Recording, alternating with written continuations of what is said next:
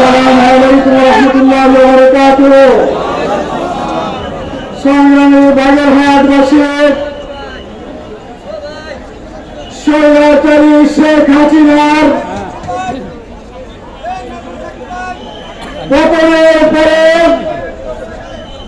বাংলাদেশকে নতুন করে গড়ার জন্য বাংলাদেশ জামাত ইসলামী সহ এদেশের দেশপ্রেমিক মানুষ যে উদ্যোগ গ্রহণ করেছে, সেই উদ্যোগকে আমরা স্বাগত জানাই। সংগ্রামী ভাইরা আমার, এই সরকারের পতন আন্দোলনে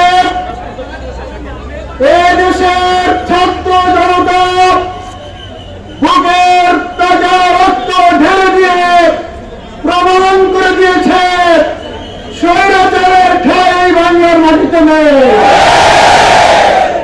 আজ সম্মানিত সেক্রেটারি জেনারেল আমাদের মধ্যে উপস্থিত হয়েছেন, যারা শহীদ হয়েছে সেই পরিবারের সদস্যদের সাথে সাক্ষাৎ করার জন্য, সহমর্মিতা দেখানোর জন্য, সাহায্য করার জন্য।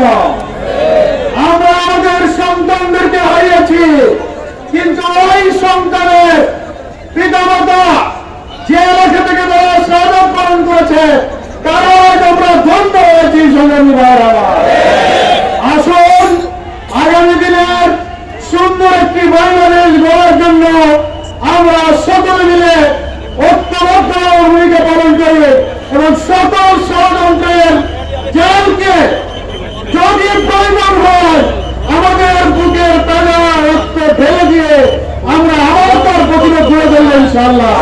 সকলকে ধন্যবাদ। আসসালামু